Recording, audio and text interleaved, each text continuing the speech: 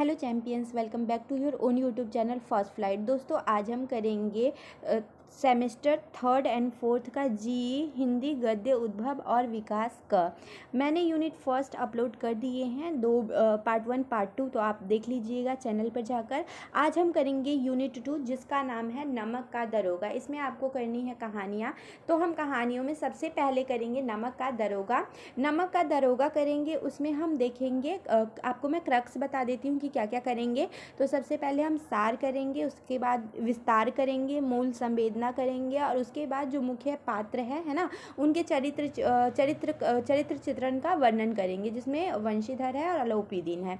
तो इन दोनों को करेंगे। और उसके बाद इस पे क्वेश्चंस किस टाइप के आ सकते हैं, तो या तो ये आ सकता है कि नमक का दरोगा कहानी की मूल संवेदना की विवेचना करे, या तो ये आ सकता है कि नमक की दरोगा का सार लिखिए, या तो ये आ सकता है कि जो साप्रसंग व्याख्या कीजिए, या ये आ सकता है कि विभिन्न पात्रों का या तो वंशीधर का आ जाए या अलोपीदीन का आ जाए, तो पात्रों का वर्णन करे। तो आज हम सारे क्वेश्चंस का आंसर इसमें करने का प्रयास करेंगे। तो चलिए स्टार्ट करते हैं। सबसे पहले हम करेंगे सार। तो सार का मतलब क्या होता है कि उसकी समरी क्या है, पूरा जो स्टोरी है उसका क्रक्स क्या है। तो सार में हम ये देखेंगे कि प्रस्तुत जो कहानी है, मतलब जो नमक का दारोगा है, वो प्रेमचंद की बहुचर्चित कहानी है। बहुत ज़्यादा चर्चा में है ये कहानी। कहानी में ही आए एक मुहावरे को ले ले तो हम ये देखेंगे कि धन के ऊपर धर्म की जीत की कहानी है। ये क्या है, तो धन इसमें क्या हो जाता है, हार जाता है, और धर्म की यानी दरोगा की जीत हो जाती है। कहानी में धन का प्रतिनिधित्व कौन कर रहा है, तो धन का प्रतिनिधित्व कर रहा है पंडित अलोपीदीन, और धर्म का प्रतिनिधित्व कौन कर रहा है, तो मुंशी वंशीधर कर रहा है, जो एक दरोगा है नमक के। ये दो पात्रों ने किया है, इन दोनों ने। ईमानदार, कर्मयोगी, और मुंशी जो है वो क्या है, तो कर्मयोगी है, ईमानदार है। उसको खरीदने का असफल प्रयास हो जाता है। किसका हो जाता है, तो अलोपीदीन का हो जाता है। बाद में क्या करता है पंडित, जो अलोपीदीन होता है, अपने धन की महिमा का उपयोग करके उन्हें नौकरी से निकलवा देता है। किसको, मुंशी उनको, इनका नाम है वंशीधर, इनको निकलवा देता है वो। उसके बाद फिर क्या होता है, तो नौकरी अपने पैसे के बलबूते क्या करता है, नौकरी से निकलवा देता है। और उसके बाद अंत में क्या होता है, सत्य के आगे सिर झुक जाता है। किसका, अलोपीदीन का। वे सरकारी नौकरी से निकाले गए वंशीधर के घर जाते हैं, और वहाँ पे वो क्या करते हैं, तो ऊंचे वेतन और भत्ते के साथ अपनी सारी जायदाद को क्या करते हैं, स्थायी मैनेजर के रूप में नियुक्त कर लेते हैं। किसको, वंशीधर को। तो हमने ये देखा कि धन जो है उसमें छोटा पड़ जाता है, और जो धर्म है वो ऊपर हो जाता है ना। तो इसमें यही है, और इसमें वो प्रार्थना करता है और वो निवेदन करता है अपने गॉड से, अलोपीदीन की, हे परमात्मा, मेरी यही प्रार्थना है कि वंशीधर को सदैव वही नदी, जो यमुना रिवर था उसके किनारे वाला ही जो मतलब वहाँ का एरिया था, उसका दरोगा बनाए रखना। तो ये आपका है सार। तो सार में हम पूरी स्टोरी का क्रक्स पता कर लेते हैं। तो इसमें यही है, दो जो मेन जो हमारे पात्र है, कैरेक्टर है, एक तो हमारे वंशीधर है और दूसरे है अलोपीदीन। तो अलोपीदीन जो है वो बहुत ज़्यादा अमीर होते हैं, और वंशीधर जो है वो बहुत ज़्यादा क्या होते हैं, तो सत्यवान होते हैं, प्रतिष्ठावान होते हैं। तो इन्हीं दोनों की स्टोरी है। उसके बाद हम इसका विस्तार मैं आपको बता देती हूँ। विस्तार मतलब वैसे आएगा कि सप्रसंग व्याख्या कीजिए, तो उसमें आपको विस्तार की ज़रूरत पड़ेगी। तो विस्तार में आप ये लिख सकते हैं कि आप ऐसे ऐसे लिख सकते हैं कि ये कहानी जो है वो आज़ादी के पहले, जो अंग्रेज, मतलब आज़ादी जब हमें नहीं मिली थी और अंग्रेज जो नमक पे एकाधिकार कर लिए थे, तो उन्होंने बहुत सारे विभाग बना दिए थे। तो उन विभाग में मतलब नौकरी पाने के लिए लोग क्या करते थे, नौकरी पाने के लिए जो बड़े बड़े अफसर थे ना, वो भी नौकरी पाने के लिए वहाँ पे मतलब ललायित होते थे। उसके बाद क्यों होते थे, क्योंकि वो चोरी छिपे वहाँ नमक का व्यापार कर सकते थे, और लोगों से वो ज़्यादा पैसे कमा सकते थे। उसके बाद जो मतलब बहुत बहुत ज़्यादा विभाग बन गए, और सब लोग उसी में नौकरी चाहते थे। उसी नौकरी की तलाश में एक मुंशी वो है वंशीधर, वो भी नौकरी की तलाश कर रहे थे। तो उनको दरोगा की नौकरी मिल गई है ना, नमक का दरोगा उनको बना दिया गया। तो उनके पिता ने, जो वंशीधर थे, उनके पिता ने क्या बोला कि उन्होंने बोला कि ऊपरी कमाई पे ज़्यादा मतलब भ्रष्टाचार, एक तरीके से भ्रष्टाचार को बढ़ावा दे रहे हैं कि ऊपरी कमाई पे आप ज़्यादा ध्यान देना, अपने बेटे को कह रहे हैं। और उन्होंने ये भी, आपने स्टोरी पढ़ा होगा तो ये भी बोला था उन्होंने कि मासिक जो वेतन है वो तो पूर्णमासी जैसा है ना, जैसे पूर्णमासी का चांद जो है वो 15 दिनों बाद दिखाई देता है ना, 1 महीने बाद दिखाई देता है, तो वैसे ही जो वेतन है ना वो 1 महीने बाद ही मिलता है, तो उससे घर का खर्चा वर्चा नहीं चलता है। और ऊपरी कमाई मतलब कि आप घूस वूस लेना है ना, करप्शन करना। तो जो वो होते हैं मुंशीधर होते हैं, वो जाते हैं दरोगा बनते हैं, और वो अपनी मतलब वो अच्छे होते हैं, वो काम करते हैं, ट्रूथली काम करते हैं, तो उससे सभी जो अफसर होते हैं वहाँ के, वो सभी अफसर क्या होते हैं, प्रभावित हो जाते हैं।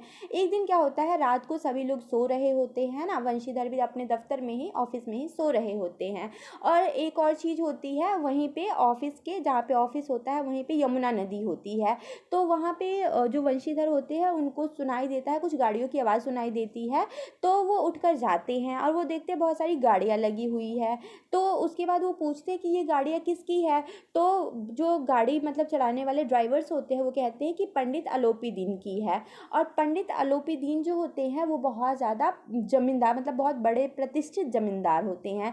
तो वो कहते हैं कि मतलब वो जांच पड़ताल करते हैं, जो वंशीधर होते हैं, दरोगा होते हैं वहाँ के, तो वो जांच पड़ताल करते हैं, तो उस गाड़ियों में से नमक के थैले निकलते हैं। तो अब वो जो वंशीधर होते हैं वो कहते हैं कि आपको अरेस्ट किया जा रहा है। किसको कहते हैं, तो वो कहते हैं जो अलोपी दिन होता है। तो अलोपी दिन सोचता है कि सारे जो मतलब होते हैं ना करप्ट ऑफिसर्स होते हैं, तो उनको रिश्वत दे देते हैं।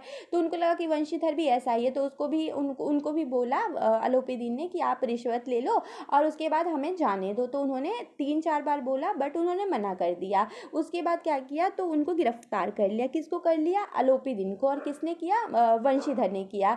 उसके बाद उनको ले जाया गया, अलोपी दिन को अगले दिन अदालत में ले जाया गया। तो वहाँ पे जाते ही जितने भी वकील थे और गवाह थे वो सारे किसके पक्ष में थे, अलोपी दिन के। क्यों, क्योंकि वो अमीर थे और वो पैसे खिलाते थे लोगों को।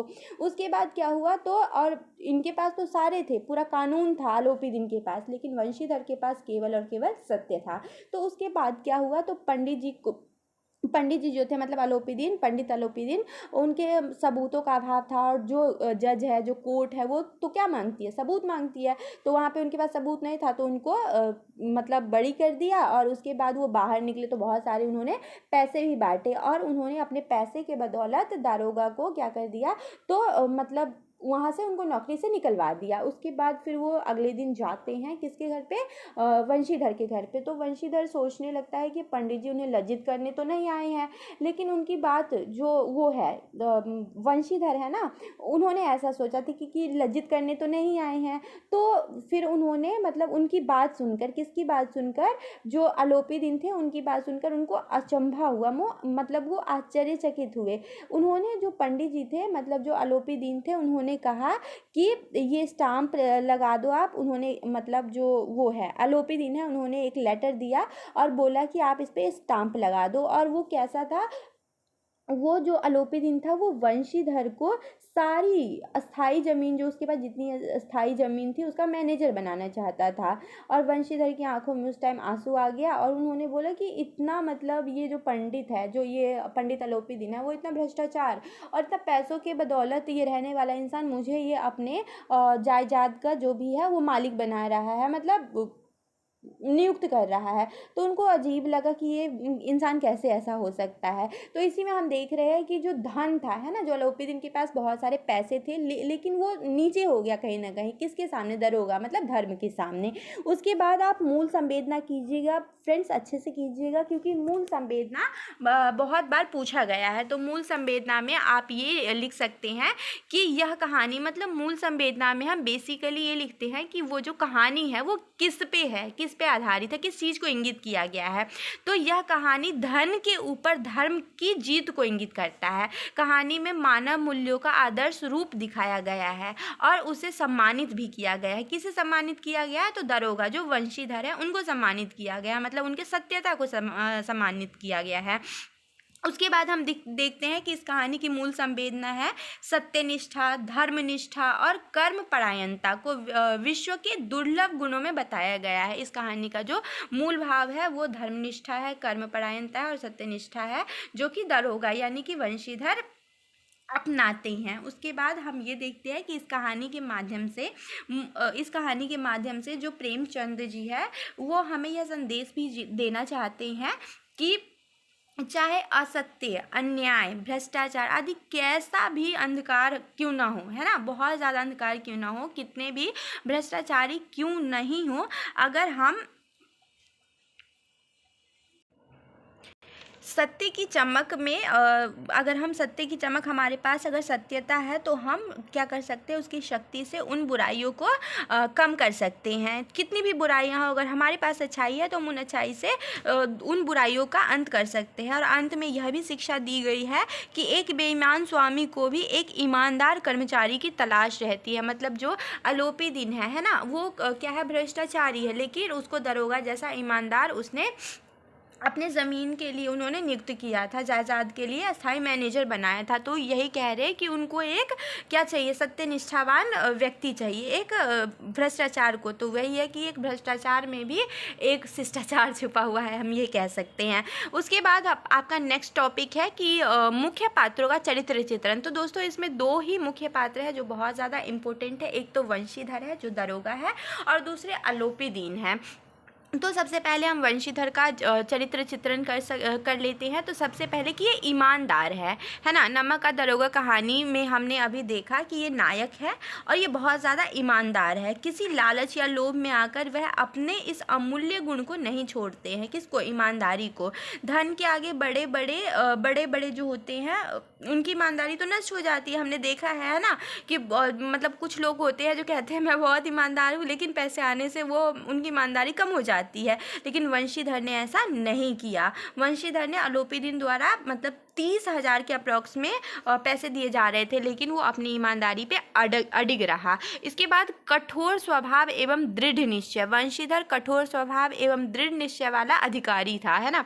वह अपनी बात मनवाने के लिए कठोरता से काम लेता था। उनके मन में अपराधी के प्रति जरा भी दया भाव नहीं थी, क्योंकि आलोपी दिन ने कितने बार बोला कि मुझसे पैसे ले लीजिए, मुझे छोड़ दीजिए, बट उन्होंने नहीं माना, है ना। तो ये हम इसमें ये देखते हैं कि वो बहुत ज़्यादा कठोर स्वभाव वाले और अपने कार्य के प्रति बहुत ज़्यादा निष्ठावान है। उसके बाद नेक्स्ट है हमारा संवेदनशील। तो संवेदनशील में क्या है कि भले ही वंशीधर कठोर स्वभाव वाला व्यक्ति है, किंतु उसकी यह कठोरता कर्तव्य के प्रति है। मतलब जब उनके काम की बात आती है तब वो संवेदनशील नहीं होते हैं, लेकिन वो वैसे संवेदनशील है।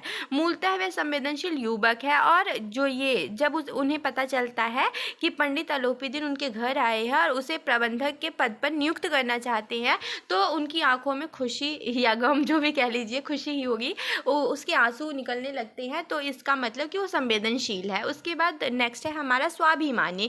तो वंशीधर के व्यक्तित्व की अन्य बहुत प्रमुख विशेषता है कि वो स्वाभिमानी व्यक्ति है। नौकरी छूटने के पश्चात भी वह किसी के सामने गिड़गिड़ाते नहीं हैं और वह मतलब तहजीब से रहते हैं और उनको मतलब पश्चाताप भी नहीं होता है। तो हम ये कह सकते हैं कि वो स्वाभिमानी व्यक्ति है। और उसके बाद नेक्स्ट है कर्तव्यनिष्ठ युवक है। वो कैसे है, तो वंशीधर एक कर्तव्यनिष्ठ युवक है। उसके लिए अपना कर्तव्य पालन करना ही सबसे बड़ा धर्म था। उनके पापा ने भी बोला था ऊपरी कमाई के लिए, है ना। आलोपी दिन ने भी कई बार बोला, बट उन्होंने कर्तव्यनिष्ठ अपने वो कर्तव्य परायण बने रहे और अपनी कर्तव्यनिष्ठता को उन्होंने नहीं छोड़ी। और उसके बाद वह रात को भी अपनी ड्यूटी के प्रति क्या था, सतर्क था। ऐसा होता तो जैसे बाकी ऑफिसर्स सो रहे थे वो भी सो रहे होते, बट उन्होंने ऐसा नहीं किया। तो इसलिए हम कह सकते हैं कि ये कर्तव्य परायण थे। उसके बाद हम अतः कहा जा सकता है, आप क्या कहेंगे कि वंशीधर कैसे थे, तो ईमानदार, दृढ़ चरित्र, स्वाभिमानी, सत्यनिष्ठ और धर्मपरायण, ये सारे गुण उनमें मौजूद थे। उसके बाद हम करते हैं पंडित आलोपी दिन। तो पंडित आलोपी दिन सबसे पहले तो आपके माइंड में आएगा कि वो लक्ष्मी के उपासक थे। उसे धन पर बहुत ज़्यादा विश्वास था और वे सही गलत दोनों ही तरीकों से बस धन कमाना चाहता था। नमक का व्यापार इसीलिए एक अच्छा उदाहरण देकर आप बता सकते हैं कि वो इसीलिए करता था क्योंकि वो ज़्यादा से ज़्यादा क्या करे, धन इकट्ठा कर सके और लोगों को क्या कर सके, अपने पक्ष में कर सके। उसके बाद यह भी कह सकते हैं हम कि वो भ्रष्ट व्यक्तित्व था उसका, क्योंकि पंडित आलोपी दिन भ्रष्ट कार्यों को रात के अंधेरे में बड़े आराम से करता था। जैसे हमने नमक ले जाते हुए गाड़ियों को देखा। धन कमाने के लिए धन का गैर कानूनी उपयोग भी वो करता था। उसके बाद उज्ज्वल व्यक्तित्व। कहानी के अंत में हमने ये भी देखा, हर हर बुरे व्यक्ति के अंदर एक अच्छाई होती है और अच्छे अच्छे व्यक्ति के अंदर एक बुराई होती है। तो वही है कि जो आलोपी दिन थे वो बुरे थे, है ना, लेकिन कुछ उनमें भी विशेषता थी, जैसे कि पंडित आलोपी दिन जो थे उनका व्यक्तित्व तो सकारात्मक पक्ष में भी हम देख सकते हैं। कैसे? तो भ्रष्टाचार को बढ़ावा देने वाला व्यक्ति ईमानदार वंशीधर के द्वारा गिरफ्तार किए जाने पर उससे अपने अपमान का बदला नहीं लिया, है ना, मतलब लिया उन्होंने, स्टार्टिंग में तो नौकरी से अवश्य निकाल दिया, लेकिन वो दरोगा जो है दृढ़ संकल्प के समक्ष उनका जो अहंकार है वो समाप्त हो गया। मतलब जो दरोगा थे, वंशीधर थे, वो दृढ़ संकल्पी थे और उनके सामने उनका जो घमंड था वो चूर चूर हो गया। तो उज्जवल व्यक्ति तो वो बाद में सुधर गए, है ना, ऐसा कह सकते हैं। उसके बाद ईमानदारी की कद्र करते थे वो, इस सबसे बड़ी बात है उनमें, है ना, आलोपी दिन में, कि वो एक भ्रष्ट व्यक्ति, एक जमींदार, बहुत बड़े जमींदार होते हुए भी ईमानदारी की कद्र की उन्होंने। कैसे की?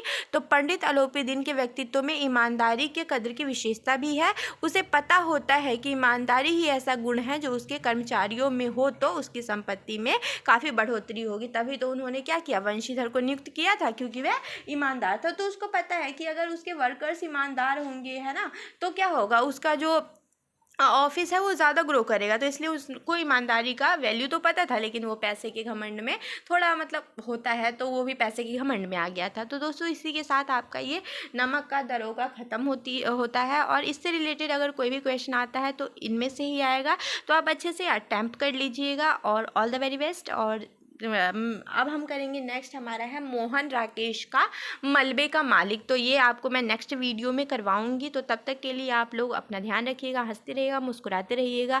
और कोई भी क्वेरी हो तो टेलीग्राम पे मैं लिंक डाल दूंगी डिस्क्रिप्शन बॉक्स में, या तो फिर आप मुझे इसमें कमेंट करके बता सकते हैं, कमेंट बॉक्स में। तो थैंक यू सो मच दोस्तों, आपका कीमती समय देने के लिए।